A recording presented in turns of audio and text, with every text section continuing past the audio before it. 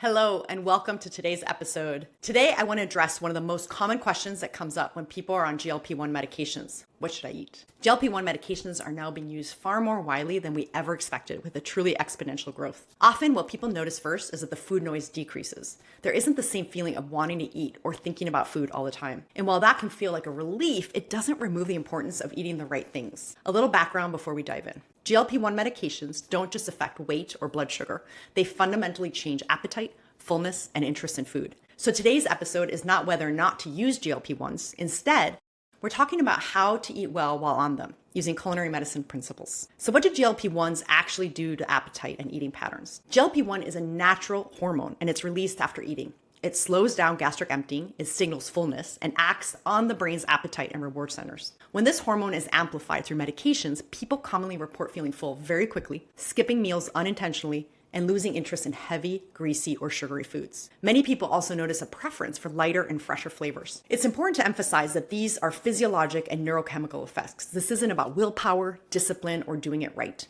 Your body is responding differently to the food you eat. Now let's talk about a critical medical reality. Not eating enough is a real risk. So when food noise quiets down, many people feel excited about not wanting to eat as much. But what I see clinically is that many people on GLP-1 medications are under-eating, often without realizing it, and the body still needs those nutrients on a regular basis. I often hear stories like, I didn't eat all day and then I had a very small dinner. That's a signal that we need to pause and reassess. When intake is too low, the risks include inadequate protein, loss of lean muscle mass, which we call sarcopenia, and micronutrient gaps such as iron, vitamin B12, and calcium. People may also experience low energy, dizziness, and GI discomfort. It's also important to remember that GLP-1s are chronic medications, much like blood pressure or cholesterol medications. For most people, these are not short-term weight loss tools. They're really intended to be taken long-term. When they're stopped, appetite patterns, cravings, and weight often return. So long-term success depends on having a thoughtful approach to nourishment, not just appetite suppression. Even if there's less desire to eat, what you choose to eat becomes even more important.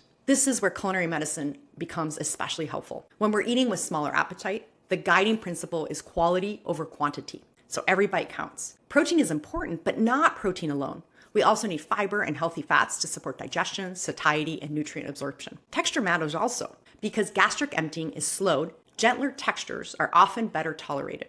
And some of the best food categories for people on GLP-1 medications include proteins that work well in smaller volumes, like eggs, yogurt, cottage cheese, and fish such as salmon or sardines. Tinned fish actually works particularly well here. Beans and lentils are also excellent, especially when they're well cooked or blended. And then fiber-rich plants like cooked vegetables, soups, and stews are essential. Small amounts of extra virgin olive oil, avocado, nuts, or seeds provide healthy fats with a big impact. Also, flavor really matters. So adding herbs, citrus, spices, salsas, they help maximize satisfaction without requiring large portions. They make a meal more interesting, more delicious, and more craveable. And one more important piece, preserving muscle mass isn't just about protein. We also need to use our muscles, which means incorporating strength training at least twice per week. So let me help you with some concrete examples. For breakfast or your first meal of the day, it's important not to skip eating altogether. The options include things like Greek yogurt with berries, nuts, and even a drizzle of extra virgin olive oil. Or soft-boiled scrambled eggs with cooked greens and fresh herbs. For a midday or lighter meal, think lentil or bean-based soups with extra virgin olive oil, or a small grain bowl with beans, vegetables, tahini, and a yogurt-based sauce. Tahini made from sesame seeds adds healthy fats and a depth of flavor. For dinner, options include grilled or roasted fish with cooked vegetables, or chicken or tofu with sauteed greens and beans. Texture really matters here, so soups, stews, soft grains, and purees are often better tolerated than dry or bulky foods. You don't need large portions, you need intentional composition to get those nutrients. I often suggest visualizing a plate or a bowl with about half fruits and vegetables, a quarter protein from plant or animal sources, and a quarter whole grains. That same framework can even apply to the ingredients if you're choosing to make a smoothie. So to finish, GLP-1 medications change appetite, but they don't replace nourishment. Culinary medicine principles provide a roadmap for adequate nutrition, muscle preservation, satisfaction, and cultural joy. I encourage you to think of this as a reset, not restriction. Eat with intention and not fear. Simple meals, batch cooking, or making a large pot of soup, and freezing portions can make it easier to nourish yourself without having to start from scratch every single time. I hope this information was helpful, and truly helpful for us is if you can leave a review wherever you listen to your podcasts. I'm Dr. Sabrina Falquier, and this is Culinary Medicine Recipe. Until next time, salud and bon appetit. Please note that the content or opinions in this episode are for informational purposes only and are not a substitute for professional medical advice.